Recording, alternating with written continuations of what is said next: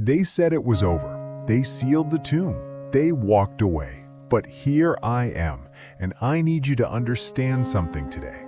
What they said was over about me was never over, and what feels over in your life right now is not over either. Stay with me today. There is something about today that is different from every other day. Today is the day death lost, the day the grave was emptied, the day every force that said it was finished was proven completely and permanently wrong.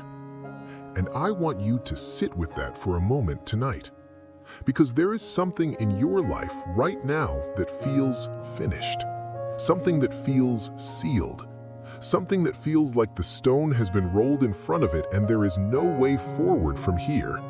A situation, a relationship, a dream, a version of yourself you thought you'd become by now. And today of all days, God wants to speak directly into that feeling. Because the same power that rolled away that stone 2,000 years ago is the same power that is alive and moving in your situation right now. He is risen, and so shall your situation. Verse 1, Matthew 28, 5-6. The angel said to the women, "Do not be afraid, for I know that you are looking for Jesus who was crucified. He is not here, he has risen, just as he said." The first words spoken on resurrection morning were "do not be afraid," not celebrate, not rejoice. First, do not be afraid. Because God knew that even in the middle of a miracle, fear would still be present, and he spoke directly to it first. Whatever you are afraid of today, those are still the first words he speaks to you. Do not be afraid. Verse 2, John 11, 25-26. Jesus said to her, "I am the resurrection and the life. The one who believes in me will live even though they die, and whoever lives by believing in me will never die." He didn't say, "I performed a resurrection." He said, "I am the resurrection." It is not something he does occasionally, it is who he is. Which means everywhere he is present, resurrection is present.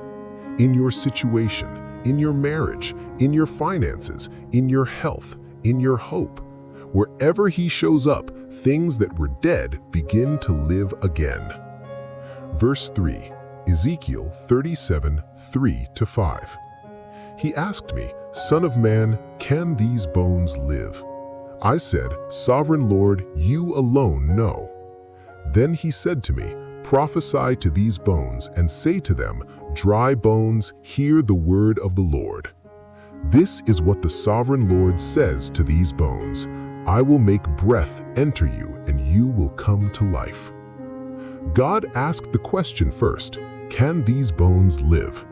Not because he didn't know the answer, because he wanted the prophet to confront the impossibility before witnessing the miracle. He is asking you the same question today about your situation.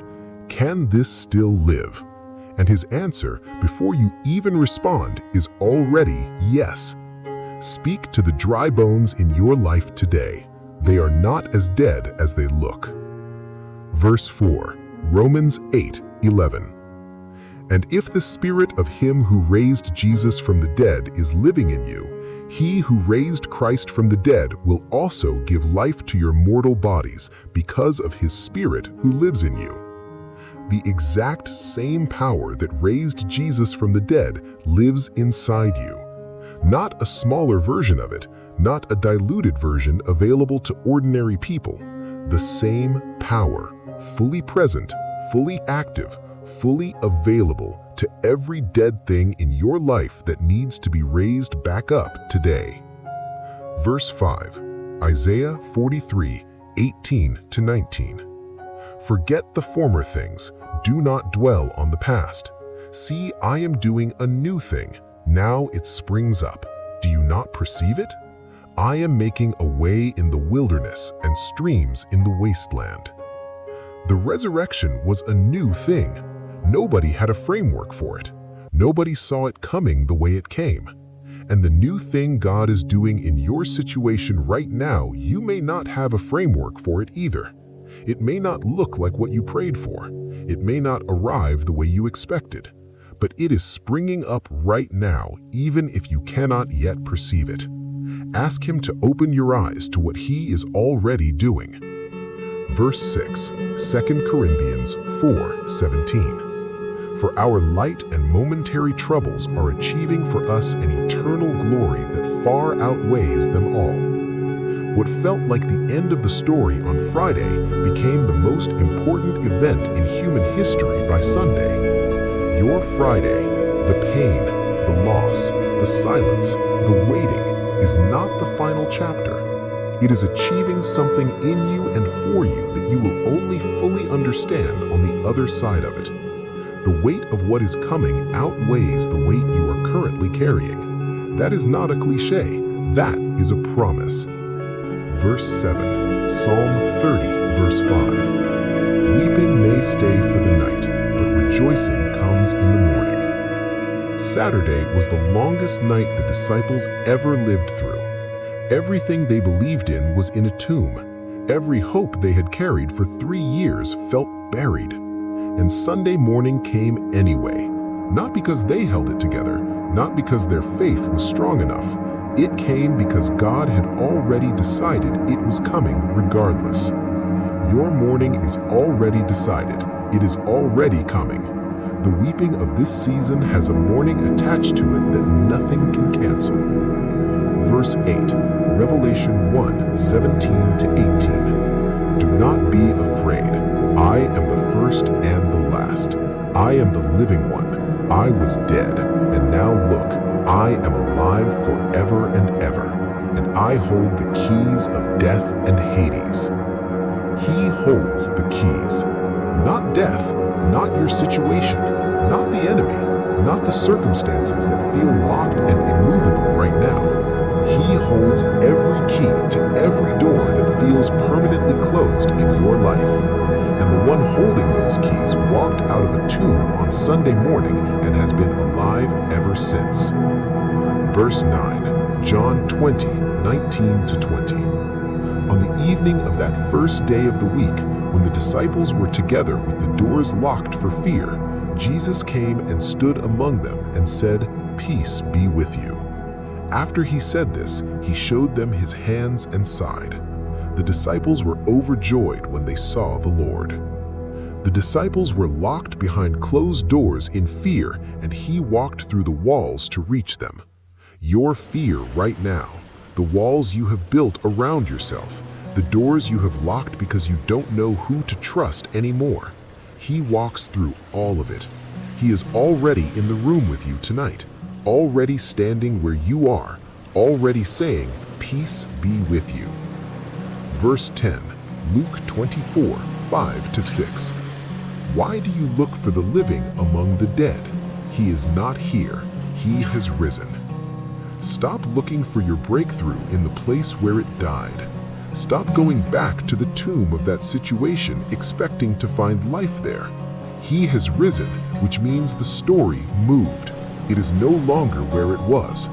What God is doing in your situation has already moved past the place of death and is already ahead of you, waiting for you to catch up. Verse 11, 1 Corinthians 15:54-55. Death has been swallowed up in victory.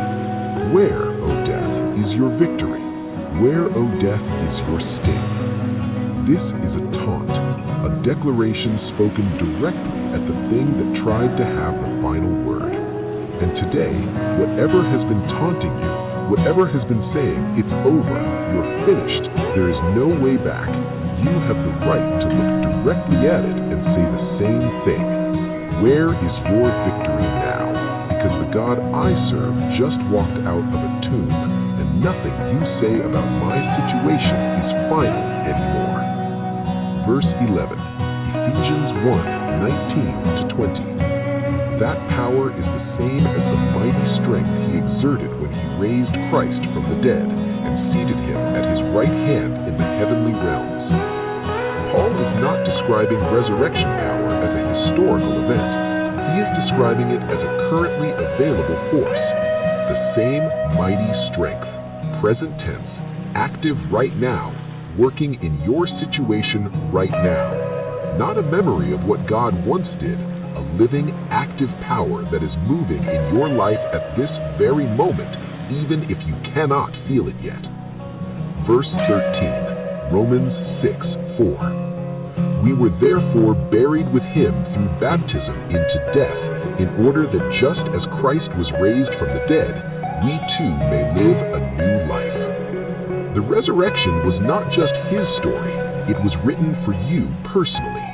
The burial, the waiting, the silence, the stone, and then the new life that came after. That entire sequence was laid out as a pattern for your life. You are not just a spectator of the resurrection, you are written into it. The new life on the other side of what you are going through, it already has your name on it. Verse 14, John 20:27-28. Then he said to Thomas, "Put your finger here, see my hands. Reach out your hand and put it into my side. Stop doubting and believe." Thomas said to him, "My Lord and my God." Thomas needed to touch the wounds before he could believe in the resurrection, and God was not offended by that. He presented the wounds. He said, "Look at what I went through." And then he said, "Stop doubting and believe." If your faith has been struggling, if doubt has been louder than belief lately, he is not angry. He is presenting the evidence of everything he already went through for you and saying the same thing. Stop doubting and believe. Verse 15, John 14:19. Because I live, you also will live. 4 words that change everything. Because he is alive, you have life. Because he rose, your situation can rise. Because the tomb could not hold him, the things trying to bury you cannot hold you either. His resurrection is the guarantee of yours. Not eventually, not metaphorically, actually, personally, completely. Because he lives, so shall your situation.